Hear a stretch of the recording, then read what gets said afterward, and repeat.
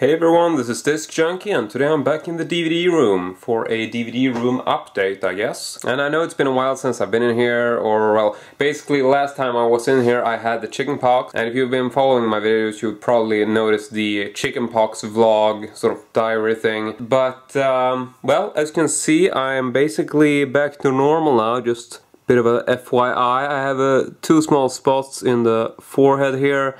But apart from that, basically, like, you know, the blisters are really dried up and stuff. So I'm doing really good. I'm back to normal, you know, feeling great, and back to making videos at a regular rate and all that. But for today, I wanted to bring you in here because I wanted to show you some of the new stuff I've been doing. And the thing that sort of sparked it all was that yesterday, which was Sunday, I was at a yard sale, and this was sort of hard to explain, but it's like a mobile yard sale. So basically, you know, everyone takes their cars, packs them full of stuff, and then you go to this remote location, and they have sort of organized this so everyone goes there with their cars, and you get your own spot, like basically like a parking space, and then you just open up your trunk, bring a table or two, and just lay out all your stuff on the table and just sell it to people, you know. So there's like, I don't know how many cars, but we're talking like, we're literally talking like hundreds of spots. So it's a very cool sort of mobile yard sale. That's sort of the best way I can describe it. But anyway, we went there to sell stuff, and we'd never done this before, so it was really interesting and fun and exciting. And I decided to bring along all my old keep case DVDs, like all these old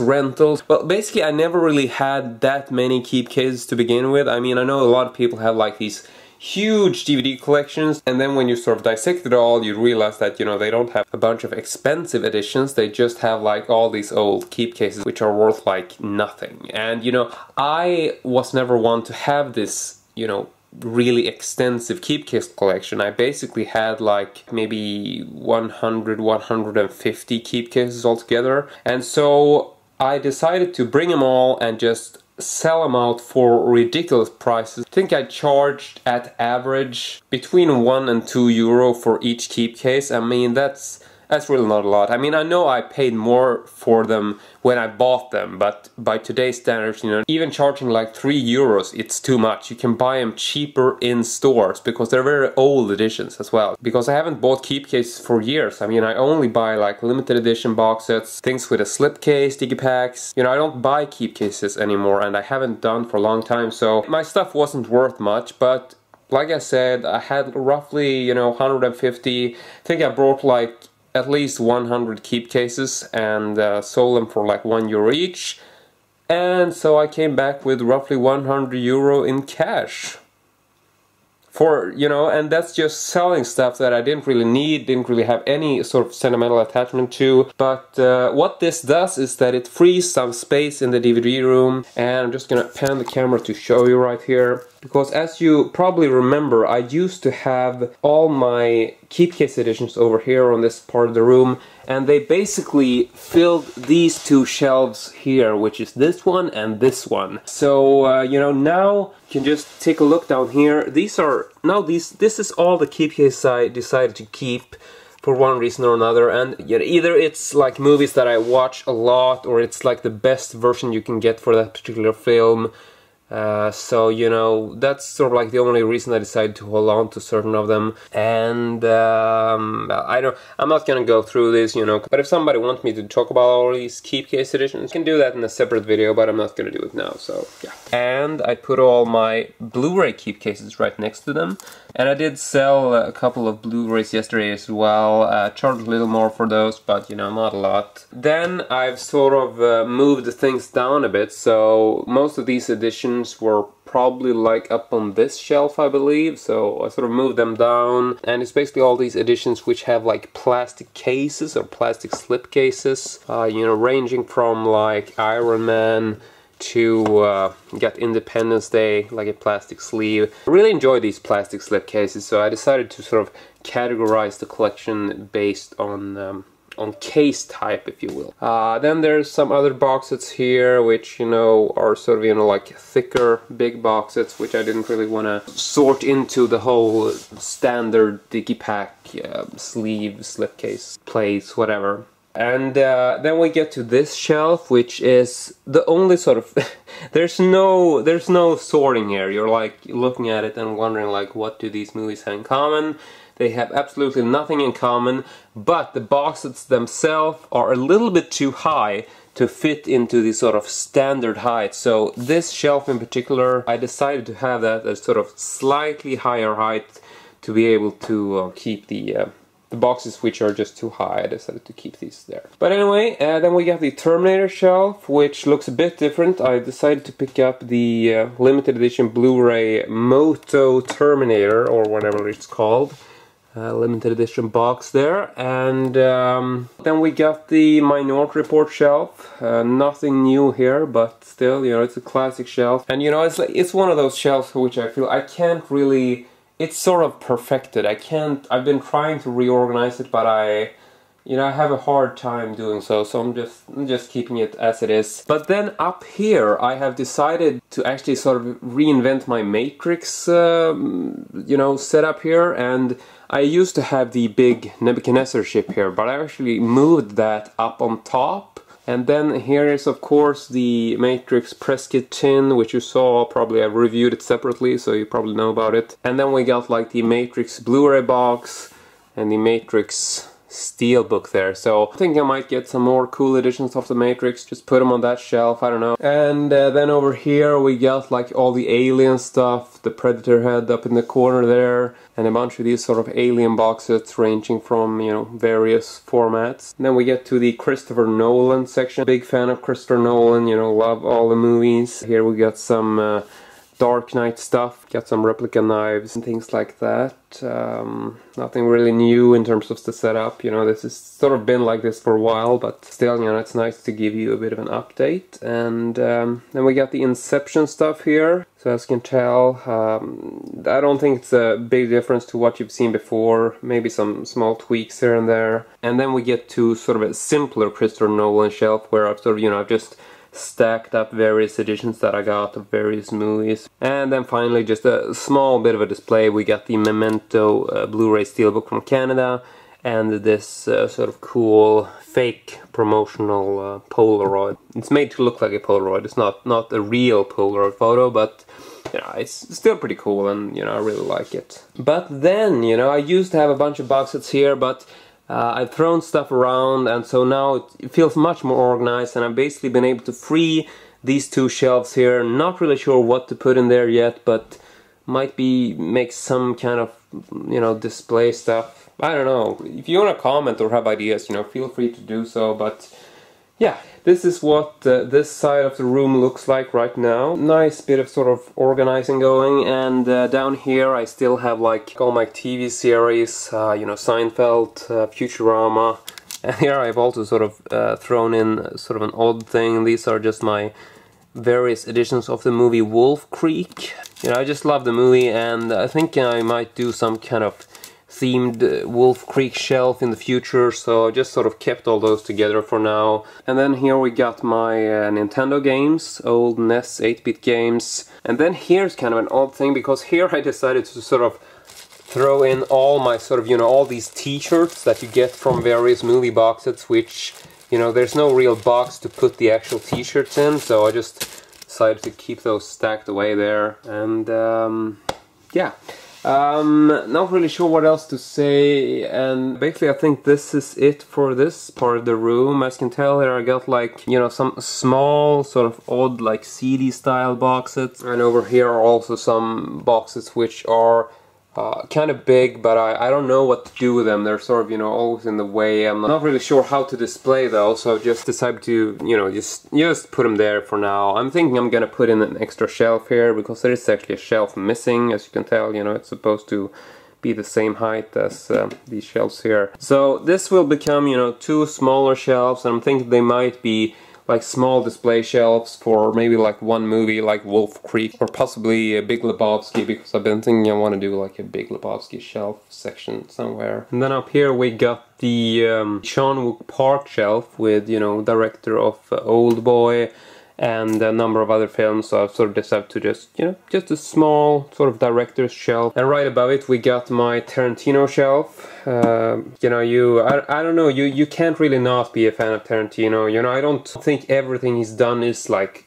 golden, but he's done a lot of really cool stuff. So I decided to sort of, you know, stack up all my Tarantino things when I realized that, hey, you know what, I actually got a couple of his movies. And then we got my Watchmen shelf, which ironically, you know, just come to think of it, except for this one, which I purchased myself from Amazon, all the editions and things in here are actually gifts from people. It just came to me right now when I looked at it, so that's pretty cool. Thank you everyone who supported my Watchmen shelf, because, you know, it's apparently not something I did on my own, you know, I only bought this one and the rest just followed. And last but not least, up here at the top we got my District 9 shelf. Not so much on here. We got 2 Steelbooks and we got the Best My exclusive sort of MNU vest edition, which I, you know, just so, God, I love you. Up here, sort of slightly different setup. I used to have the Matrix chip down here, so the iRobot head was above it.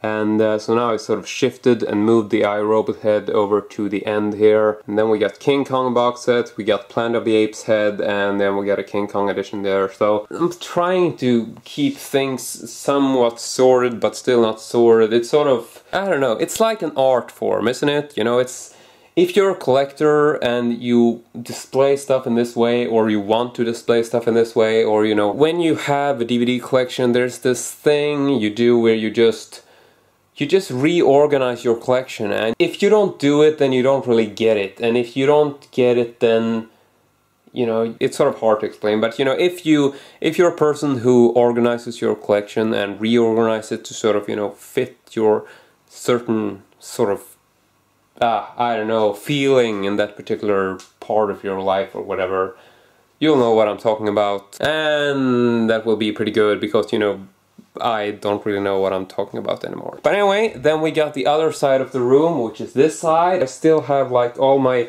Steelbook editions right down at the bottom here. And then just over to the right, I have this small section where I actually have my Blu-ray Steelbooks. So I thought it was kind of nice to keep them together, you know, making a section within the section, as it were. And then over here are basically, you know, a bunch of stuff which I'm, you know, thinking I might sell or trade. It's sort of, it's things I have duplicates of, or things I don't really need, and, you know, they might be part of giveaways or contests or whatever. And yeah. Oh, here is a mystery box with no, I'm not gonna show you, because well, there's a bunch of DVDs in here which will go to a future contest, or that's sort of like the plan. But yeah, I'm just gonna keep you wondering about that mystery box for now. You know, it's yeah, sort of exciting in a weird kind of way, which nobody really cares about. And then over here we have a couple of blank Steelbooks, which I basically just bought because, I don't know, I just, you know, I thought maybe I want to do like some sort of custom Steelbook in the future. I don't know, I bought them, never really did anything with them, so, you know, just stacked up there. And then over here at the end we have like all my other sort of metal pack and odd tin editions, you know, so they're very sort of mixed, and I'm not really gonna go through them. I just wanted to show, like, you know, the basic layout of this side of the room. And so right down at the bottom I do have like all my Steelbooks and all my tins. And then over here I can just show you, we got like all my digipacks and like slipcase editions, like, you know, all this sort of stuff that's standard to me at this point. And I've decided to sort of alphabetize this. And then it sort of continues over here, goes past the House of the Devil VHS set, and it comes to a halt just after this sort of, you know, the end of the alphabet over here. And then if I zoom out a bit here, we got the David Fincher shelf. This shelf right here, which you've probably seen before. We got my small collection of some heart boxes from Germany and Austria and whatnot. Phantasm Sphere, the Prisoner Blu-ray box set. And then we got the sort of retro shelf, which is still, you know, this is always in the risk zone, you know, it's sort of like, you know, some days I just think like, you know, yeah, I don't really like this shelf. It's just, you know, just take it away, because it's so, I don't know, hard to describe. I have a very sort of mixed relationship with this shelf, because it's not all retro, you know, it's very sort of mixed, and I'm not really sure where I'm going with it. It's like, I don't know, it's all over the place basically. And then above it we get to the blood shelf, of course, one of my favorite sort of themed shelf with a bunch of blood, a bunch of meat, sort of slaughtering and vampires and whatnot. And above it, the always infamous Texas Chainsaw Massacre collection, ranging from just, I don't know, there's so much weird stuff. And this just came today, my very first copy of the Texas Chainsaw Massacre on Super 8 film. So this is Super 8 film reel, 8mm, and yeah, I don't know what to say. I've been hunting this for a while, came today, just so awesome, so happy about it.